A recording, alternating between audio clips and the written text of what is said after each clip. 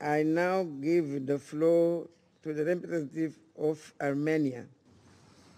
Armenia, we have the floor.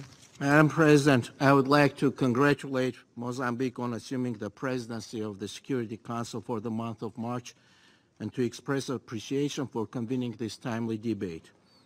We thank the Executive Director of UN Women, the President of the International Committee of Red Cross, and other speakers for their valuable contribution to today's discussion. Armenia is committed to efforts for advancing the role of women in peace and security. To this end, Armenia has recently adopted the second National Action Plan on the implementation of the Security Council Resolution 1325, which has a particular focus on ensuring inclusive engagement of women affected by conflict. The National Action Plan for 2022-2024 sets comprehensive objectives to address issues such as increased involvement of women in armed forces and police system, upholding the protection of the social and economic rights of women and girls affected by armed conflicts, as well as promoting awareness raising and effective international cooperation in this regard.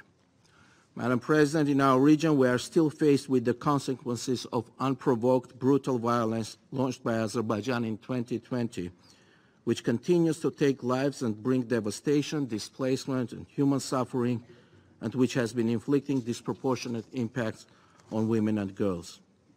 During the large-scale military offensive in Nagorno-Karabakh, amongst hardest hit were the women trapped between war and pandemic. Conducted in a gross violation of the international humanitarian law, Azerbaijan's armed attacks involved massive bombardments, artillery, and missile strikes that heavily damaged a number of medical facilities, including a maternal hospital. In September 2022, Azerbaijan launched yet another criminal attack targeting densely populated areas in Armenia and civilian infrastructure, having captured, tortured, and executed female soldiers, while the videos of such unspeakable atrocities have been cheered and extensively celebrated over the Azerbaijani social networks.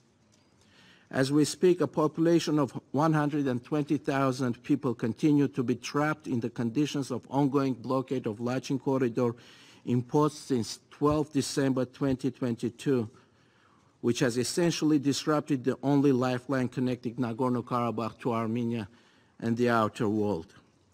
The Amnesty International, in its publication of February this year, has reported on the magnitude of the blockade's disproportionate impact upon women in Nagorno-Karabakh, who have to face a multitude of challenges, including in terms of access to healthcare and essential services.